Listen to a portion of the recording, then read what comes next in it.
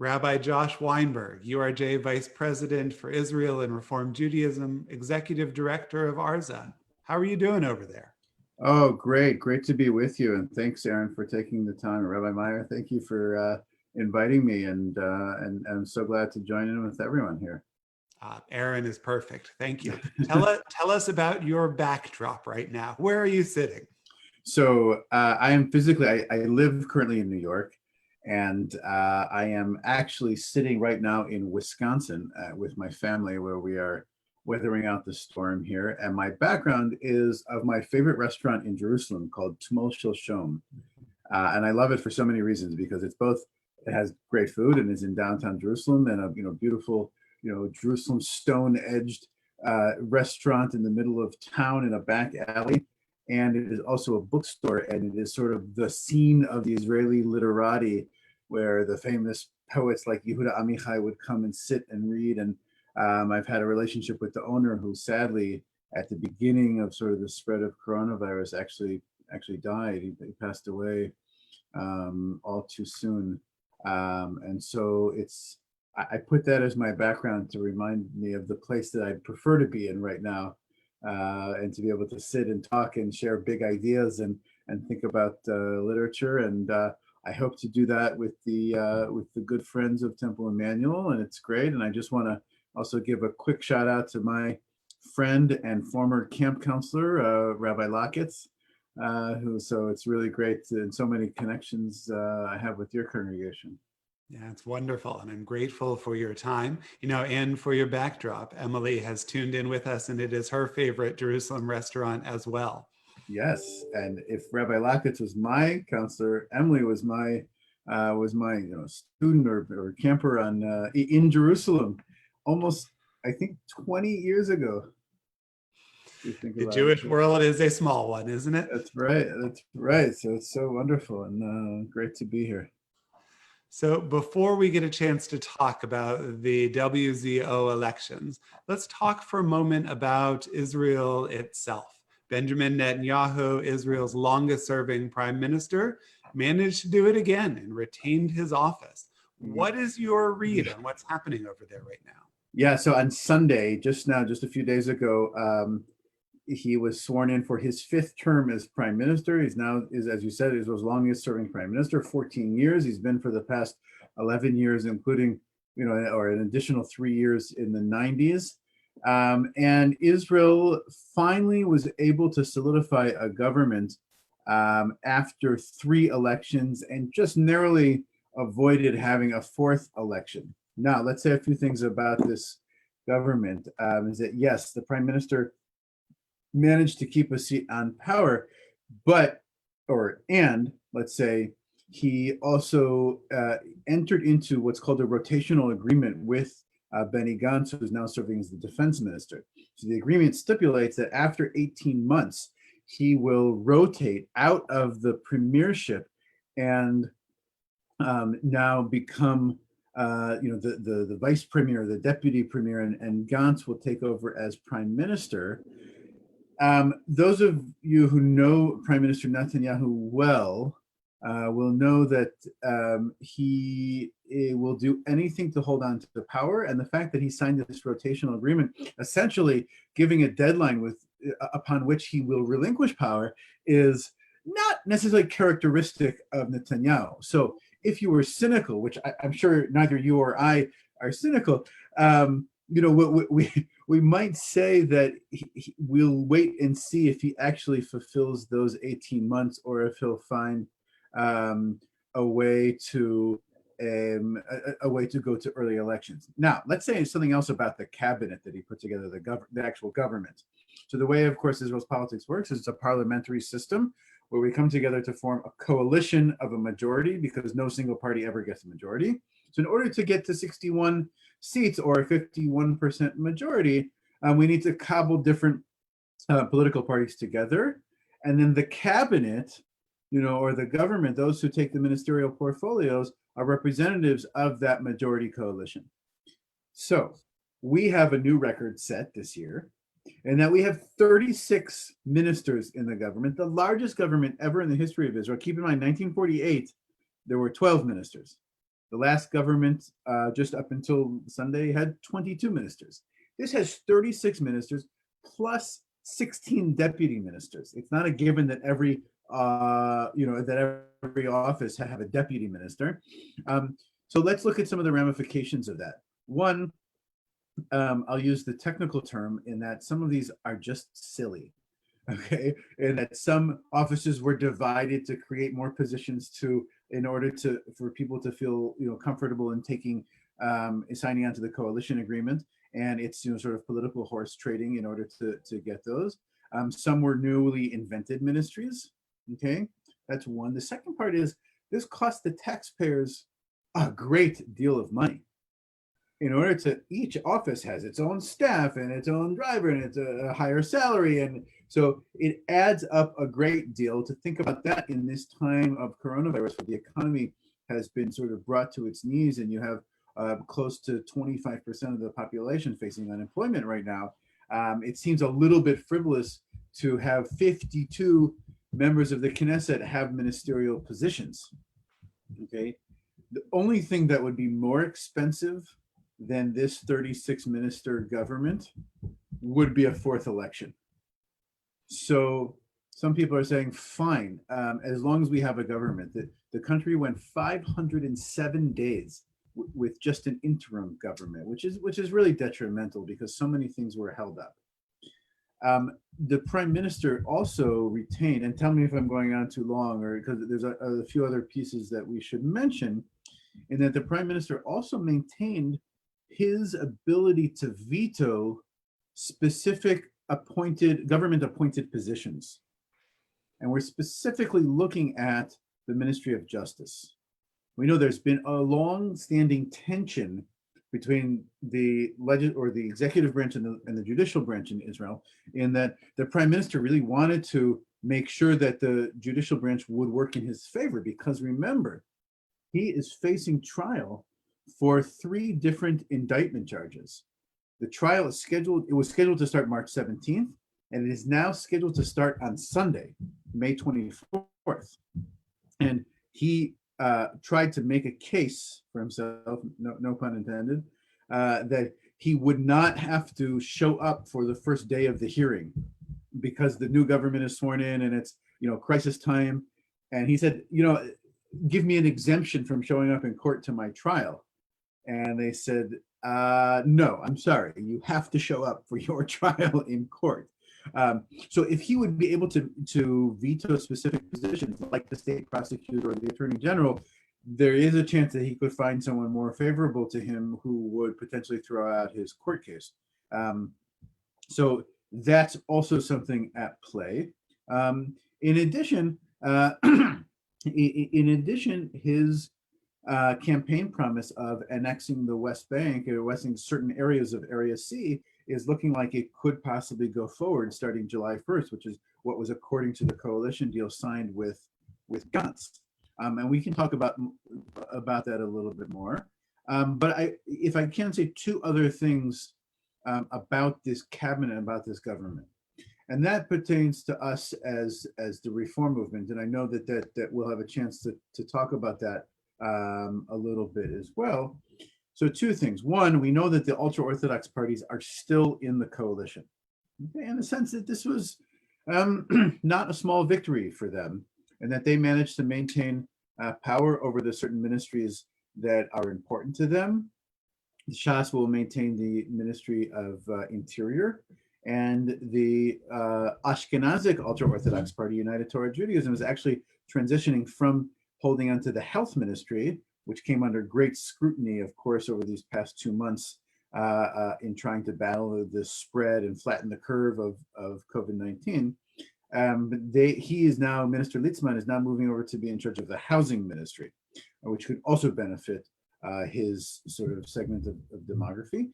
But the silver lining that I want to share with us, and that I think that there is room for optimism here, is that if you look at the composition of the government, and I can put up a link if you want, we are looking at several members of the government, several ministers with whom we do have good relationships.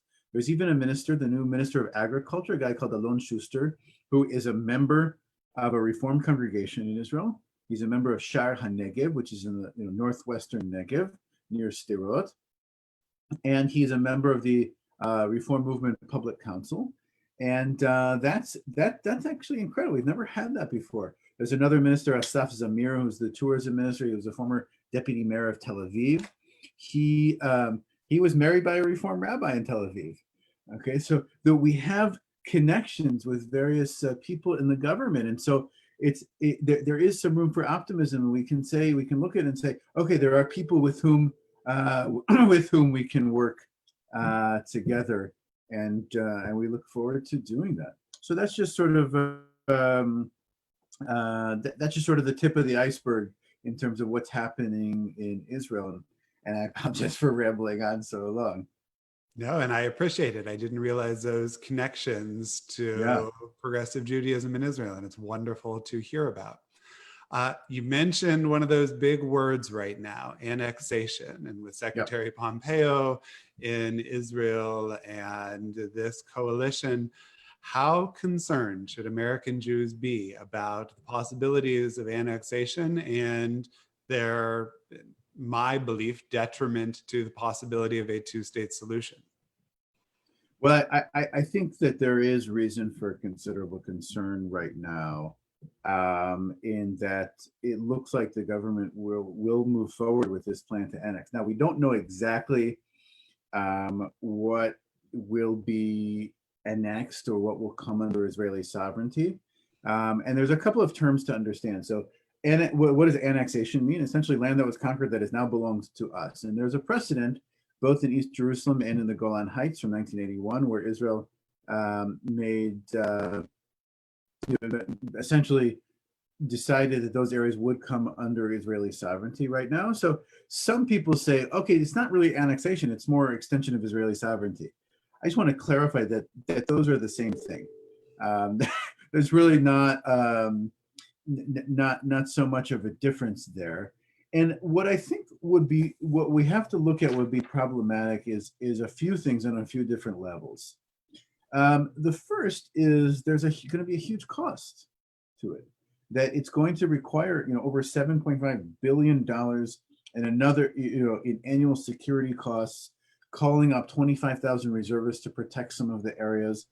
It's going to require huge construction projects to fortify and to defend the Israeli communities or settlements that will now come under Israeli sovereignty. Not that there aren't already those, but it will require in addition.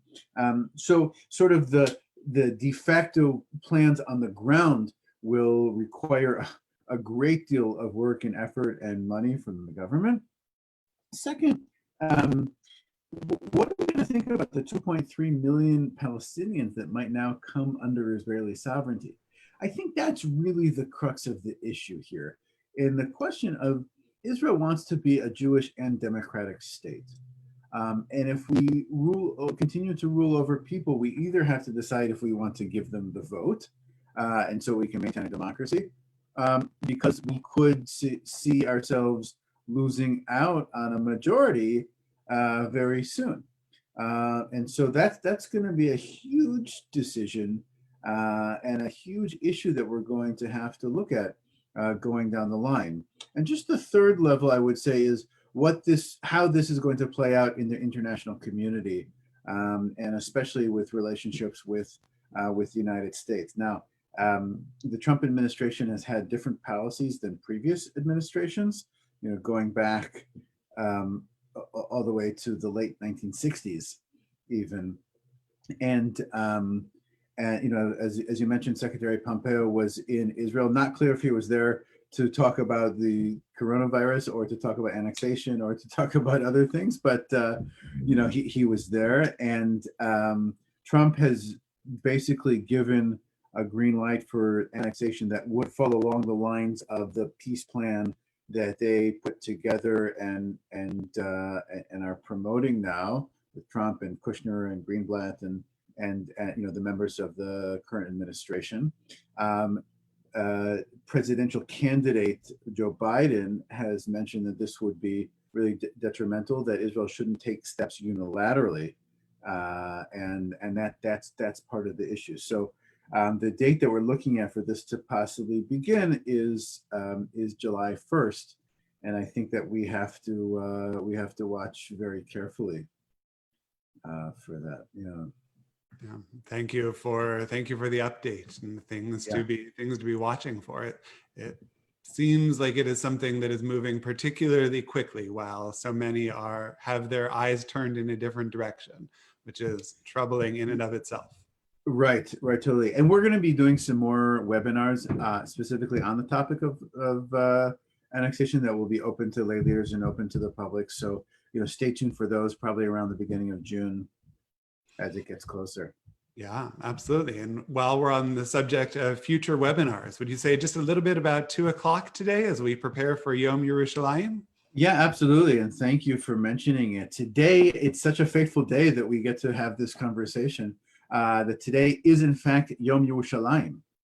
Now, as if we needed another holiday on the calendar of Jewish holidays, we've had a lot of Yoms recently. We had Yom HaShoah, the Holocaust Memorial Day, and we've had Yom HaZikaron, Yom Ha'atzmaut, Israeli Memorial Day and Independence Day. And Yom Yerushalayim is a holiday that started just about 52 years ago, after the Six-Day War and after Jerusalem was sort of reunited with East Jerusalem that was liberated after the Six-Day War. And it's become a holiday to recognize the sovereignty and the unification of Jerusalem. Now, that has taken on somewhat of a contentious or problematic mood or atmosphere in Jerusalem, that there is a march that in Hebrew is called Rikud HaDgalim, the March of the Flags, that starts in Gan Saker in sort of central Western Jerusalem and goes up through downtown Jerusalem and into the Old City and marches through the Muslim quarter to get to the Western Wall, to get to the Kotel. And there have been occasions of violence, have been occasions of sort of racist slurs against the Muslim and Arab population that's living in the Old City, and a way of really sort of shoving our sovereignty down their throat a little bit.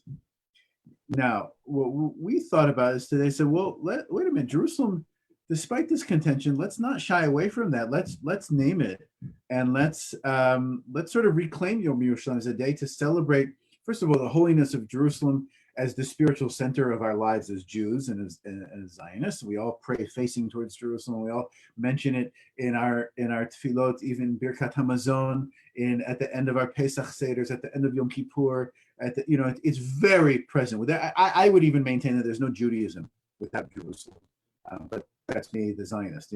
And to say, well, let's look at what we in the Reform movement are doing in Jerusalem. There's such wonderful activity and projects and programs that are happening. So we're going to focus this afternoon or an evening for Jerusalem on Yom Yerushalayim, looking at the 5 different Reform congregations that we have in Jerusalem and listening to their rabbis and cantors share thoughts and texts and perspectives with us. And in addition, hearing about some projects that are happening at the Hebrew Union College Jewish Institute of Religion in Jerusalem that I think will be really fascinating. And I'll just say one more piece about that. That in addition to it being a day, looking at and celebrating Jerusalem, it's also a day that has received additional meaning, in that it's also the day of memorial for the Ethiopian community in Israel. Looking at the more than 6,000 Ethiopian Jews who lost their lives on their trek or on their journey to make it to Eretz Israel, to the land of Israel. And so many of them came to Jerusalem out of a deep sense of spiritual and ideological connection.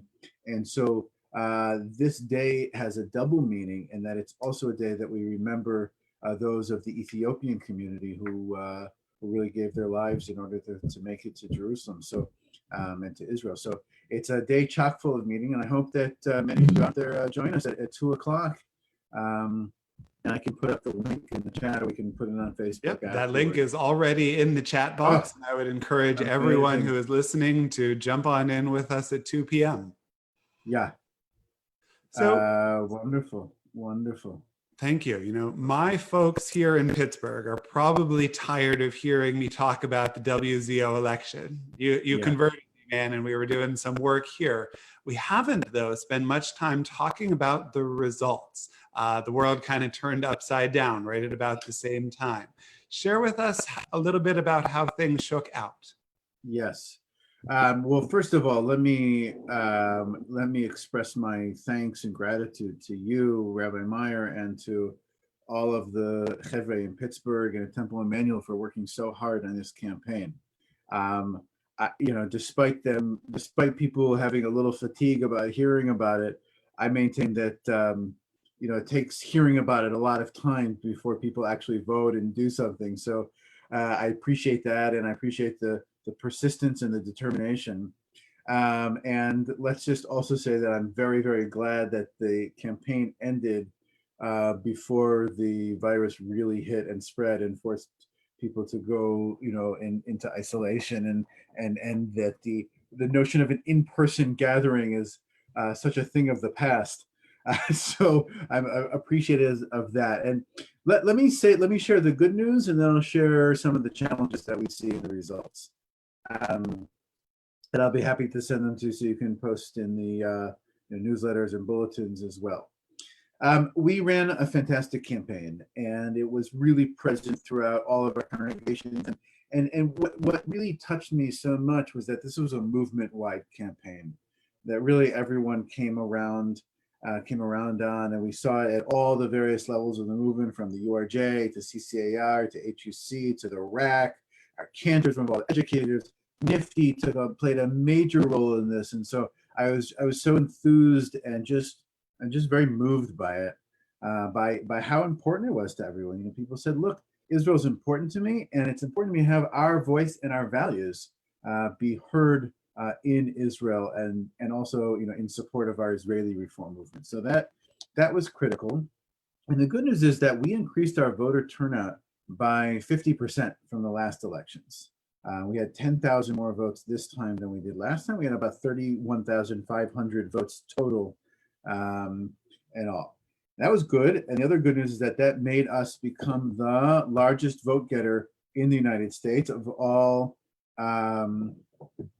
the organizations in the United States. And so that's really impressive as well.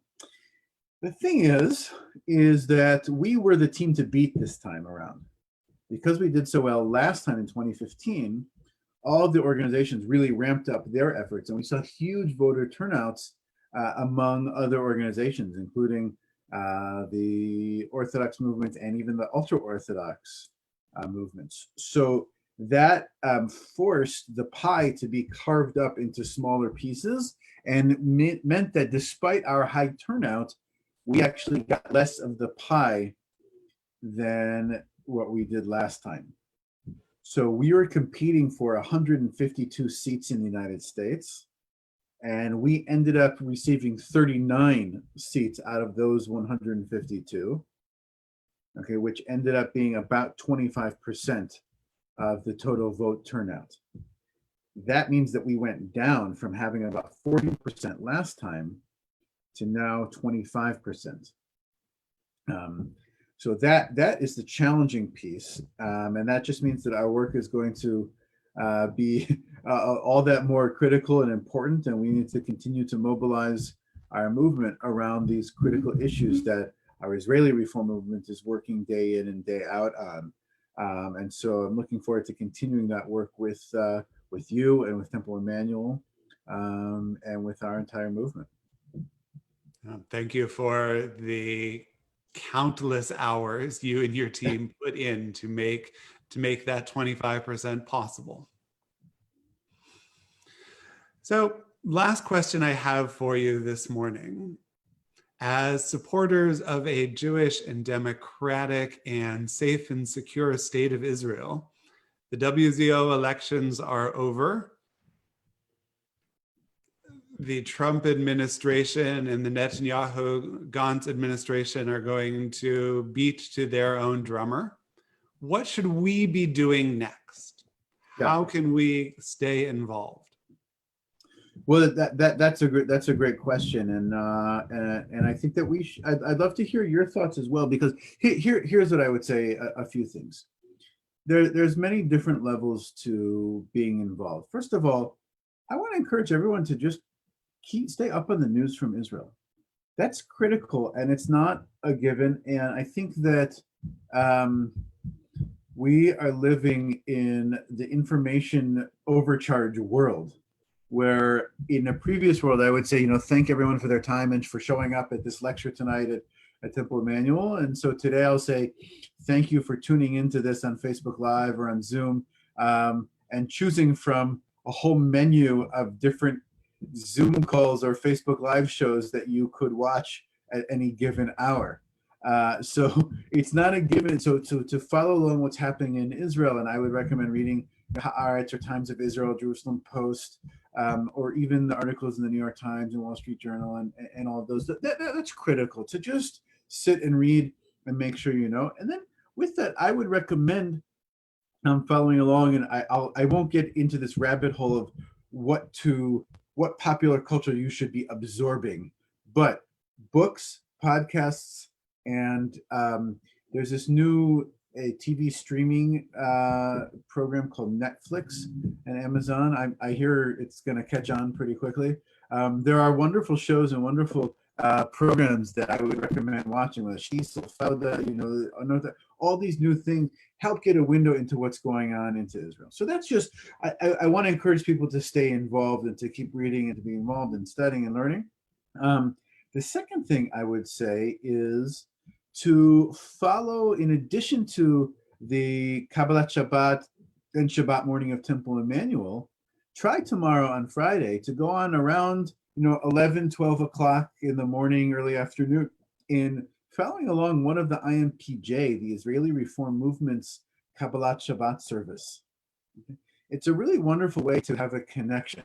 It's easy. It's on Facebook, and we can find them differently, whether it's different congregations, and the IMPJ website has all the different offerings.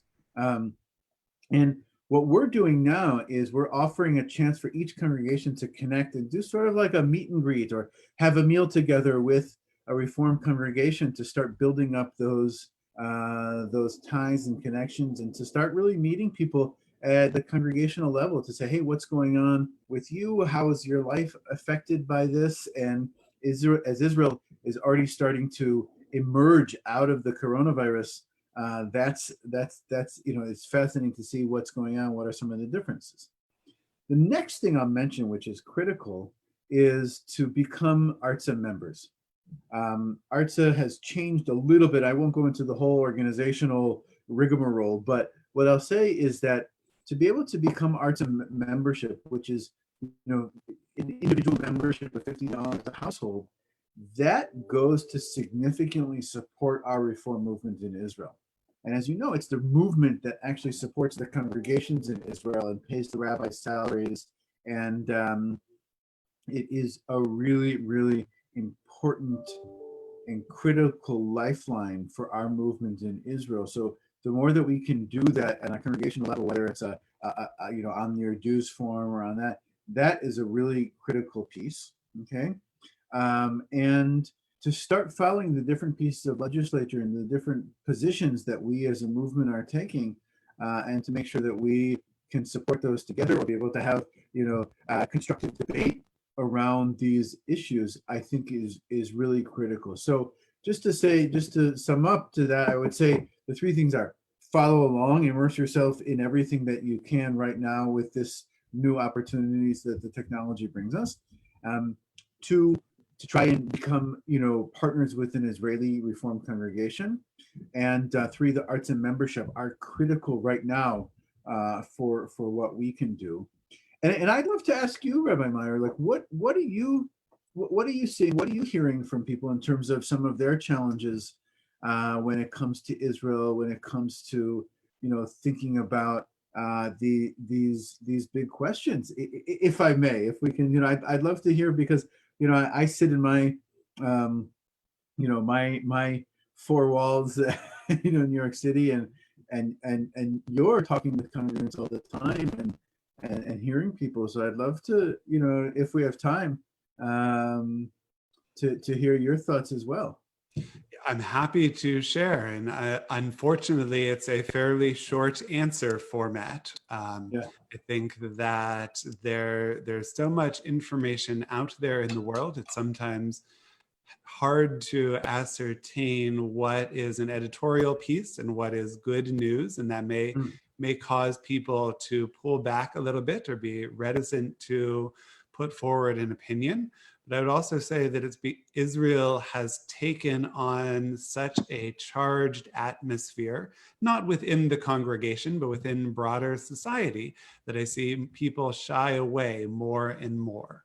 And so more than I hear from the staunch rightists or the staunch leftists, I hear from the more apathetic, oh, it's interesting to see what's going on. Thank you for sharing that with us. Yeah. But look, there isn't that push right now for many of us to find deeper ways to engage. And I think that's part of my mission here, in addition to all the Yeah. things that you've shared, looking at those partnerships for the congregation, whether it is hopefully with ARZA. I had another Weinberg on recently talking Israel Policy Forum, Oh, sure. whether it is the more politically motivated APAC or J Street, finding ways for each individual to connect to Israel as their heart desires. Better a connection that I disagree with than no connection at all. Well, sure, and that's so critical, and that is a huge challenge. So let me offer a couple of things. First of all, we're here to support you and to support your congregation with as much as we can, and to look for those new, different, nuanced opportunities that that our congregants and our members can connect to. We are running a 4-part series. The first began actually last night with the World Zionist Organization, called it's a Beit Midrash on Israeli culture. So last night we looked at the Sephardic story, the Mizrahi story. The next one, it's every Wednesday night at 8 p.m. And so everyone is welcome to join, and we'll send you the information. It's just a sort of educational and discussion piece. We're going to be looking at the difference between Israelis who see themselves as Jewish or Israeli, and what does that mean? So this is a non-political opportunity to just learn a little bit more about Israel and what can we as American Jews can take away from that. So there's all sorts of opportunities. In addition to that, I write a weekly column, Dvar Torah, connecting some of the things that we're looking about, especially the Torah portion, with Israel and talking about Israeli politics or Israeli culture. So love to have as many people subscribe to that as possible. And we're always looking for more opportunities that we can. I agree with you. It's hard. Sometimes it's just like, leave me alone. I don't want to, I don't want to hear about it. And I think that it's our job to provide those opportunities for people to connect, not only to Israel, but to Jewish life in general. And to say, how can this be meaningful to you, especially at this time when I think people are looking for connections, looking for different ways to connect. Absolutely. Thank you so much. Yeah. Rabbi Josh Weinberg, URJ Vice President for Israel and Reform Zionism, Executive Director of ARZA. Thank you for joining. Next time, let's do this in person, okay? I hope so, from your mouth. Just want to wish everyone to be safe and healthy, of course, and to wish you a happy Yom Yerushalayim, Shabbat Shalom, and Shavuot Sameach for next week. Thank you so much.